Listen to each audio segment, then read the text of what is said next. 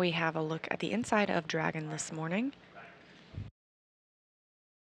This coming from over the shoulder of Commander Steve Bowen and pilot Woody Hoburg, looking at the crew displays inside the Dragon spacecraft.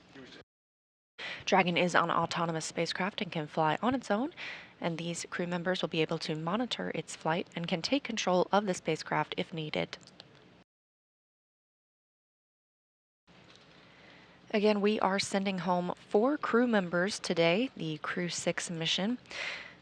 The mission was commanded by NASA astronaut Steve Bowen.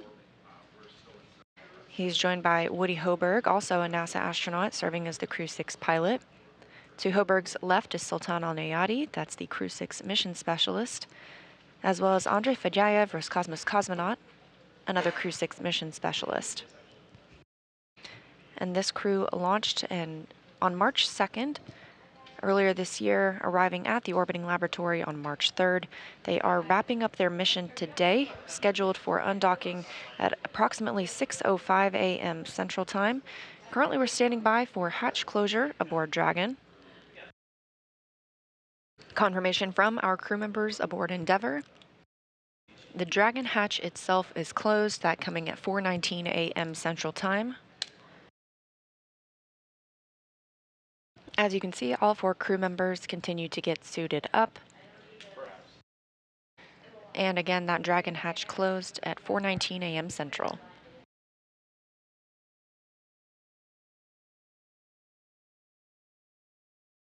Our crew members on Crew-6, NASA astronauts Steve Bowen, Woody Hoburg, United Arab Emirates astronaut Sultan Alneyadi and Roscosmos cosmonaut Andrey Fedyaev, preparing to return home after 184 days aboard the orbiting laboratory. SpaceX Dragon, we had successful intercom checks. That's 5.2 and 4.010. It's Sunday, September 3rd, here at SpaceX headquarters in Hawthorne, California. We expect Dragon to push away from the space station at 4:05 a.m. Pacific, 7:05 a.m. Eastern with our Crew-6 astronauts. The crew is currently suited up and in the Dragon, and the station hatches are sealed and in preparation for departure. Standing by for undock burns 1 and 2.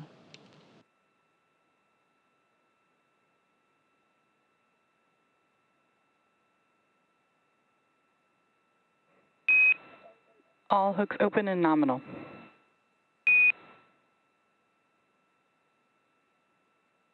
Copy, see the same.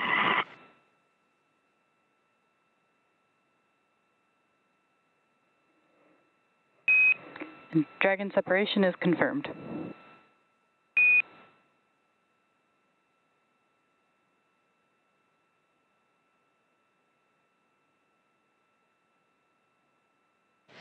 At 6:05 a.m. Central Time, and after 184 days on the International Space Station, Dragon has departed the orbiting laboratory, traveling 256 statute miles over the Pacific Ocean.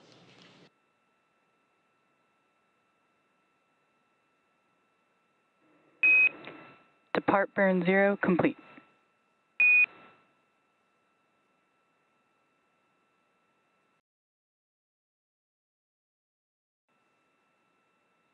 And with the successful undocking, again, that coming at 6:05 a.m. Central Time, right on time, Dragon, Endeavour, and Crew-6 begin their journey back to Earth. We're still monitoring from the International Space Station Flight Control Room here in Houston, but to give us perspective from the other side of the operations, I'll toss it back to Gary and Kate in Hawthorne. All right, thank you, Leah, for taking us through that. Yeah, we had physical separation right on time, 4:05 a.m. Pacific time, 7:05 a.m. Eastern time. You can see we're at a nighttime view as the station and Dragon pass over the Pacific Ocean. So we're just seeing the through the middle window there inside the lit cabin inside the Dragon, as well as the navigation lights, starboard being green and port being red, as Dragon increases its separation distance from the International Space Station. After the 2 undocking burns to physically separate and increase the distance from the docking ring, Depart 0 will send Dragon outside the Keep Out sphere. Keep Out Sphere has its own set of rules, is a line about 200 meters away from the International Space Station, so we'll get right outside of that, and we'll wait towards Depart Burn 1. Depart Burn 1 will send Dragon outside the approach ellipsoid. You can see the graphic here. Dragon's trajectory will take it zenith. It'll take it above the International Space Station, and from there it will slow down until it executes Depart Burn 2, which allows the Dragon to decrease its altitude and get to a trajectory about 10 kilometers below the International Space Station in a co-elliptic orbit. For this particular trajectory to meet up with the landing location, the prime location of Jacksonville, Florida, the trajectory allows for 5 departure burns.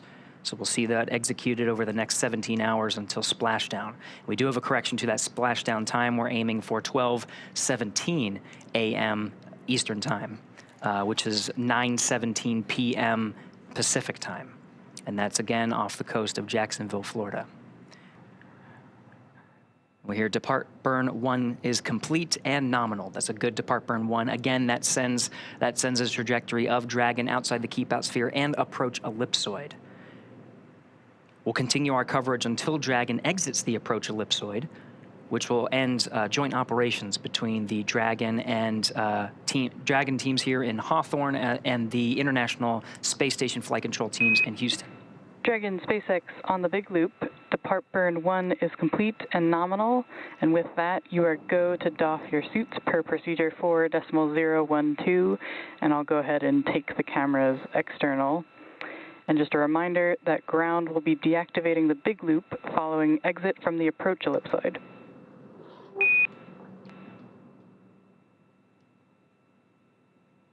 He's moving into suit bouncing, thank you for the cameras, and thank you ISS. It's been an amazing 6 months. It's Crew-7 and 69 Soyuz, continue Expedition 69 and into 70. Enjoy your visit, and we'll talk to you back on Earth. And Dragon Station, we copy. We're going to miss you guys, but it's good to see you go and get back to your families. Great job on the mission. Godspeed, and we'll see you splashing down safely here in about 17 hours. Great job.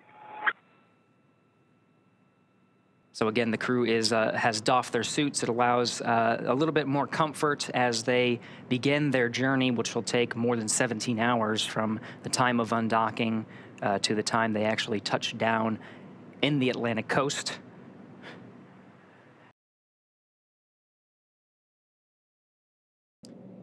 Getting some views from inside the cabin now. This is fantastic. So we get these views when we pass over some of the ground stations here on Earth that provide the video straight from the Dragon capsule.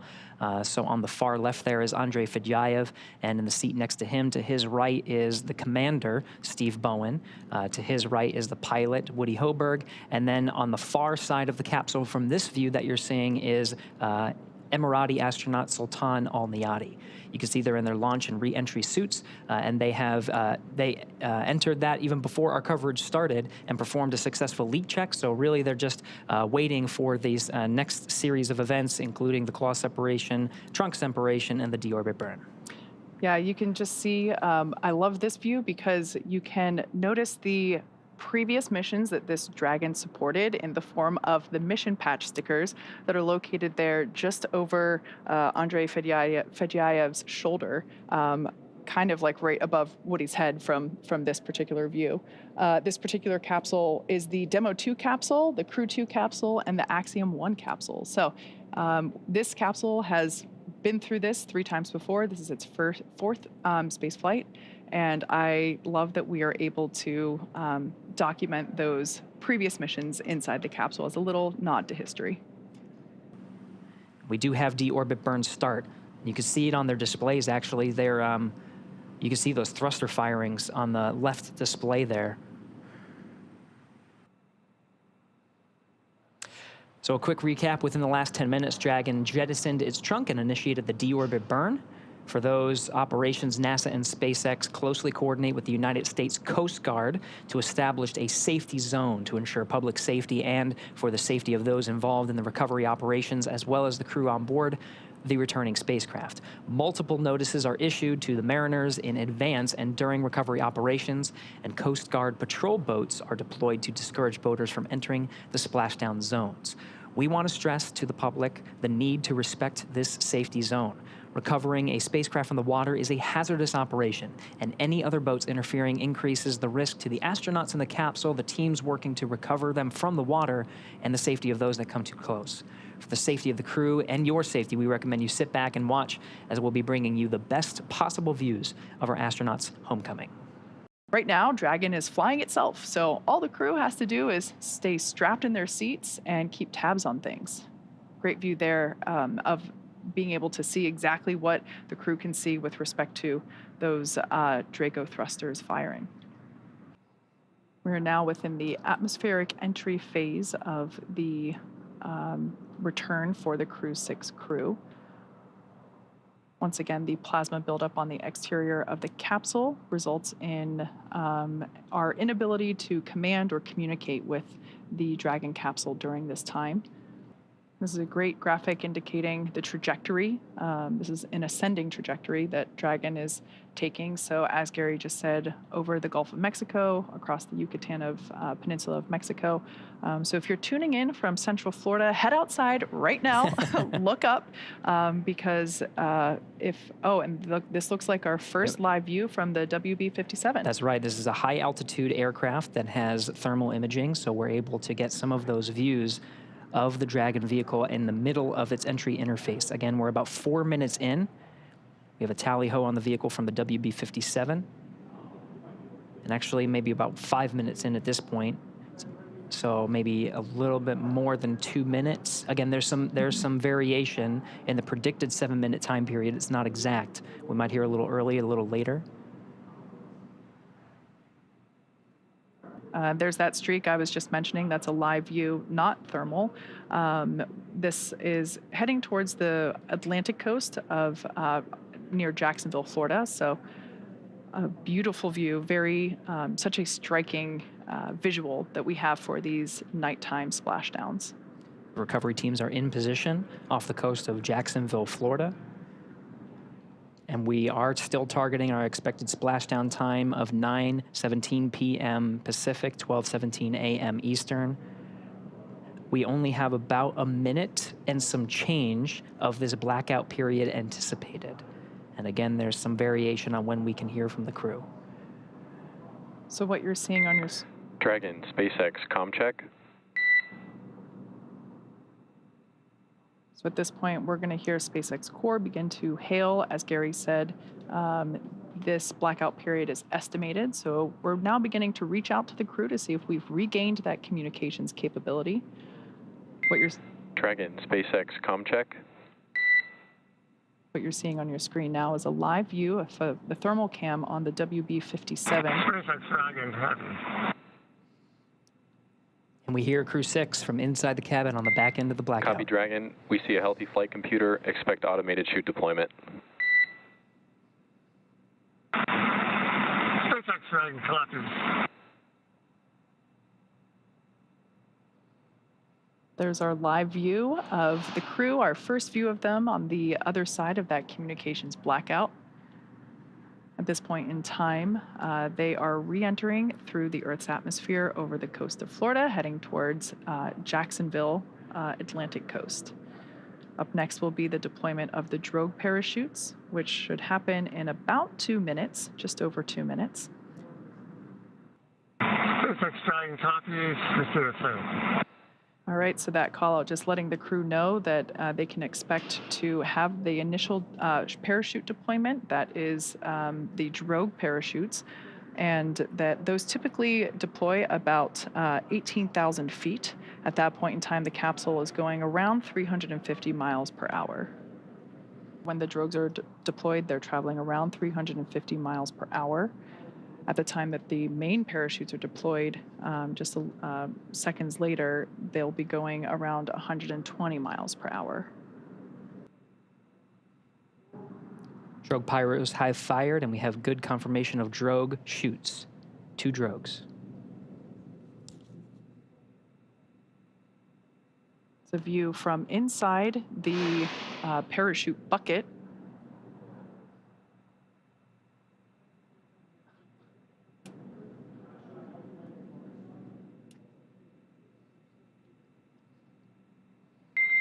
Dragon, nominal descent rate and recovery team reports a visual on 2 healthy drogues.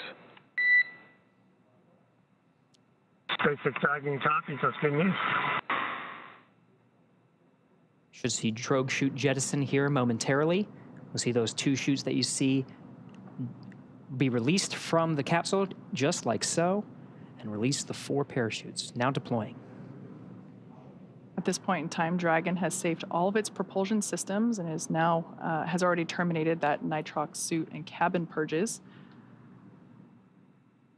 Those were helping to keep the crew cool during the reentry. Looks like we have 4 very beautiful and healthy main parachutes. Dragon, we see a nominal descent rate on 4 healthy mains. SpaceX Dragon copies, and SpaceX Dragon coming up on 1,000. So there's that confirmation. Copy, 1,000 meters. Confirmation of those 4 healthy chute deployments.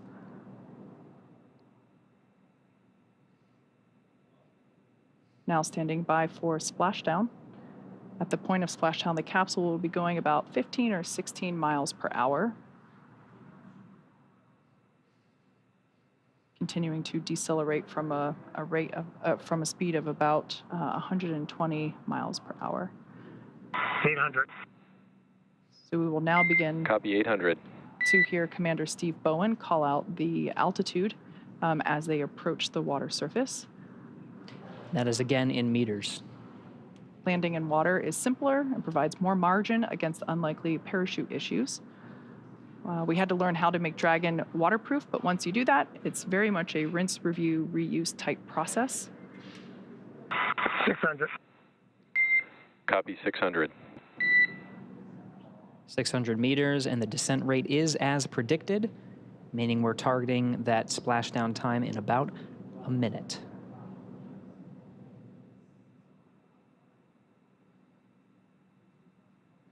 Live view of Dragon Endeavour with the Crew-6 team members on board, being held up by 4 beautiful main parachutes. Dragon, we see 400.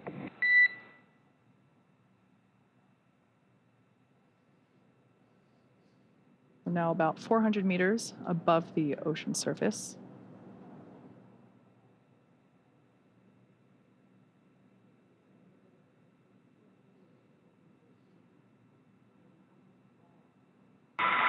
SpaceX Dragon 200 braced for splashdown. Copy, braced for splashdown. Again, the seats have been rotated in a position to take the loads of re-entry and parachute deployment as well as splashdown. The crew is braced. We are inside 100 meters.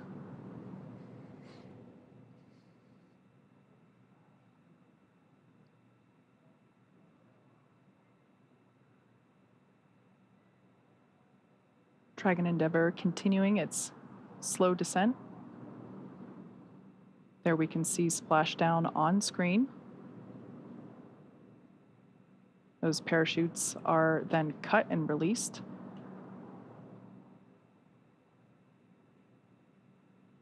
Dragon Endeavour has now returned home. NASA astronauts Steve Bowen, Woody Hoburg, Sultan Alneyadi, and Andrey Fedyaev. SpaceX Dragon splashdown. We are in water rough riding.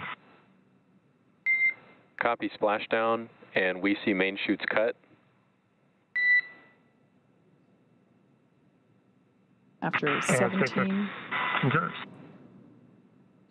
17-hour return journey from space, Crew-6 is home.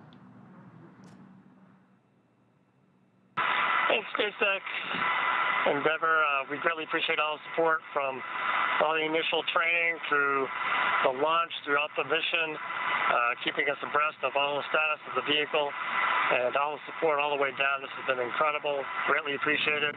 I look forward to working with you all again.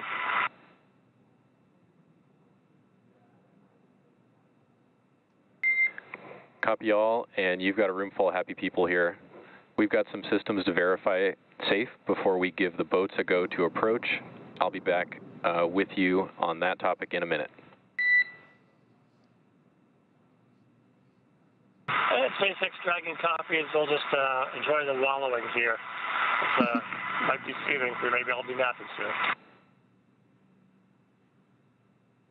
We do have a public affairs officer on recovery vessel Megan, Courtney Beasley, who is standing by and watching the operations unfold and providing some coverage from there. Courtney, can you hear us? Gary, I have you loud and clear. How do you hear me? Loud and clear. Courtney, we were very jealous, and we were talking a lot, Kate and I, about the views of Dragon's re-entry through the atmosphere and the plasma trail and the landing, of course, in the Atlantic Ocean. I can't imagine a person who had a better view than you. From your perspective on recovery vessel Megan, how was that landing? Gary, it was absolutely beautiful. We were about 1.5 nautical miles away from the landing zone, and we had a great view from the front of the ship. We were actually able to track the spacecraft. Starting when it broke the horizon, we heard the sonic boom loud and clear and tracked the spacecraft all the way down through splashdown. Dragon, SpaceX, There's something hypergol beautiful sweeps, about a and nighttime unfired ordnance splashdown. checks The nominal. only thing lighting the Rigging sky is up in tonight progress, was the moon, the and it's stars, approximately and 25 minutes until capsule lift. We did just hear a call out indicating that the sniff checks were successful, so the close approach team now has the green light to begin climbing on board the Dragon capsule, so we should see the recovery continue along. But I want to hear more from Courtney with her bird's eye, or with her live action view. That's right. Yeah. Back to you, Courtney. We just wanted to pause for some of those communications with the crew and just follow along on the action here. But really want to understand what it's like there. You got some beautiful views. We are seeing, some of the seas. I think that we're tracking about. We're tracking sea states and wind, and we were talking about weather quite a bit leading up to today's landing. From your perspective, how is the weather out there?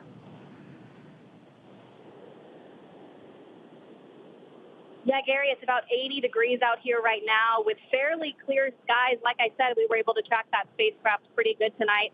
About 9-mile-an-hour winds out of the east. The waves are considered to be rolling waves, so they're not choppy, but they are pretty big and more spread out rolling waves. But weather-wise, I think the crew will like what they feel when they get out of that capsule today and take their first breath of fresh air back here on Earth. Just to get some appreciation of what it took to stage the recovery forces and be prepared for this moment, just really moments after Dragon splashed down. We saw some of those fast boats rolling out to make sure that they were getting the crew as quickly as possible. Can you give us a sense of what it's taken to make sure the recovery vessels were here at this moment? Yeah, absolutely. Our journey actually started several hours ago in Jacksonville. The MedOps teams and the recovery director boarded the first helicopter, and they were the first group to arrive on the ship about 4.5 hours before splashdown. So those medical teams took the time to get everything situated on the ship and ready to tend to the crew. And about 2 hours before splashdown, they deployed the fast boats into the water. I was actually on the second helicopter out, and we landed on the helicopter pad on top of the vessel about an hour before splashdown. And all of the teams have been hard at work since we touched down on the boat to get their various disciplines ready for Crew-6 to arrive home. Excellent, Courtney. And last question before we let you go is we're seeing some of the recovery personnel on the Dragon capsule preparing for its eventual lift onto recovery vessel Megan. What can we expect to see in the next few moments?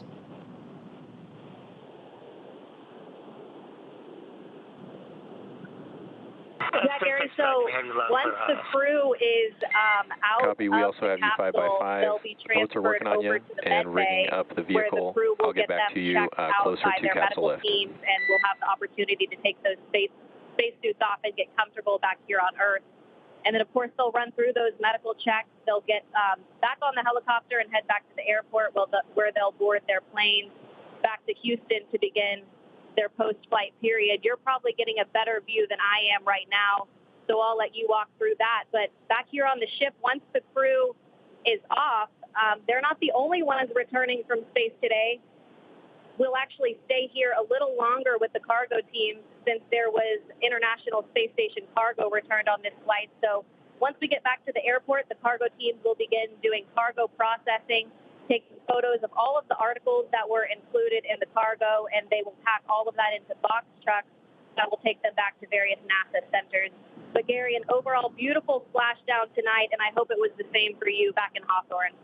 Absolutely, Courtney. We've been getting some fantastic views. Thank you so much for that report. That was Courtney Beasley out on the recovery ship, providing live coverage from the landing site just off the coast of Jacksonville. We're back in the action now, seeing some of the views from the recovery vessel and the recovery operations team, including helicopters, fast boats, jet skis, and of course, we're getting views from some of the ships that are standing by waiting to actually pull Dragon out of the water. So at this point in time, the Dragon capsule has safed all of its systems.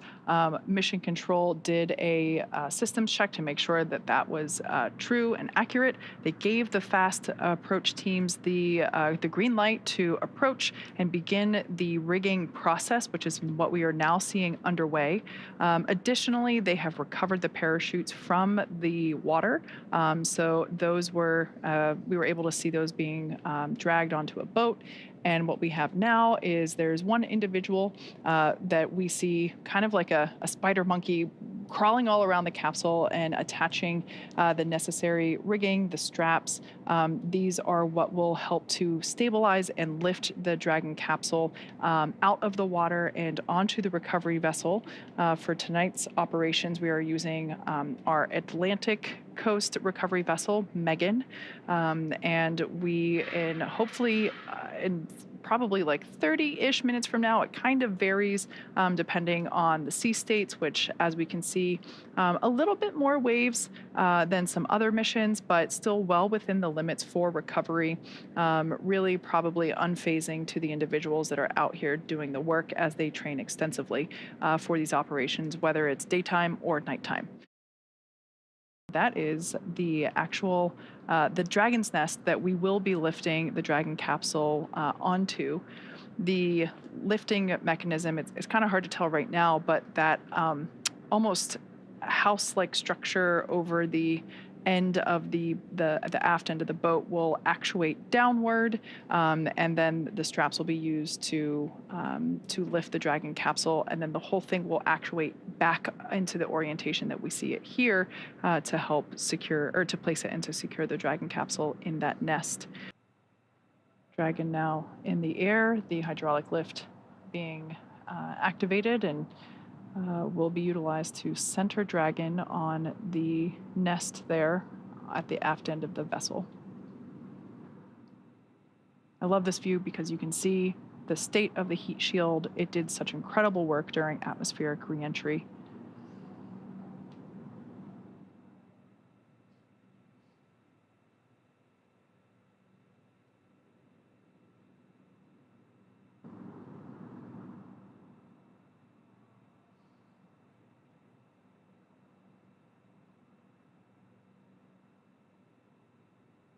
Dragon Endeavour now placed into the nest of our recovery vessel, Megan.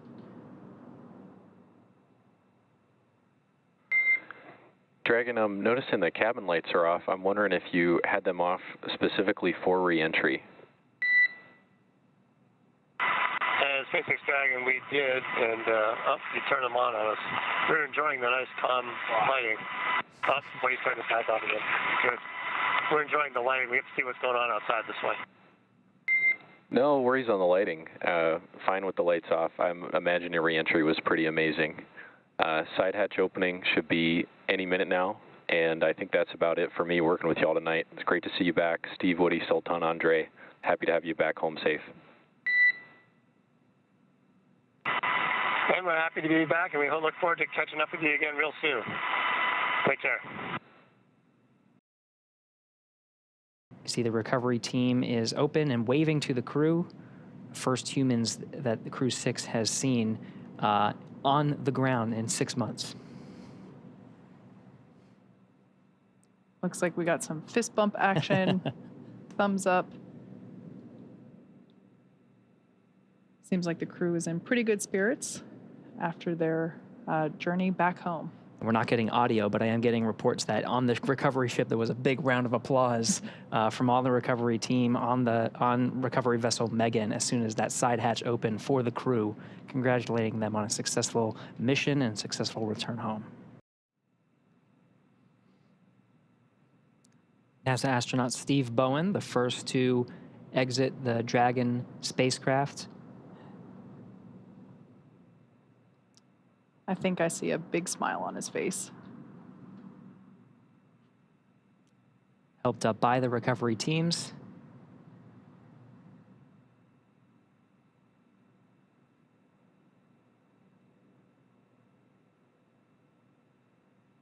Now being seated in a rolling chair to help move him back to the medical bay, where he will get a quick checkout with the flight surgeon. And again, this is standard procedure.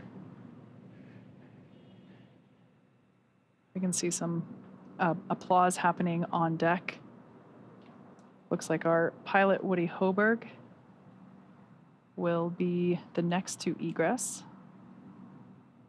We are now standing by for egress of the remaining 3 Crew-6 members. We can now see Woody Hoburg making his way, pilot of Crew-6, making his way down the slide. Looks like some excitement, possibly some more applause happening off camera. Remaining inside are mission specialists Sultan Alneyadi and Andrey Fedyaev. Commander Steve Bowen has already egressed. Some more applause there on the deck of the recovery vessel.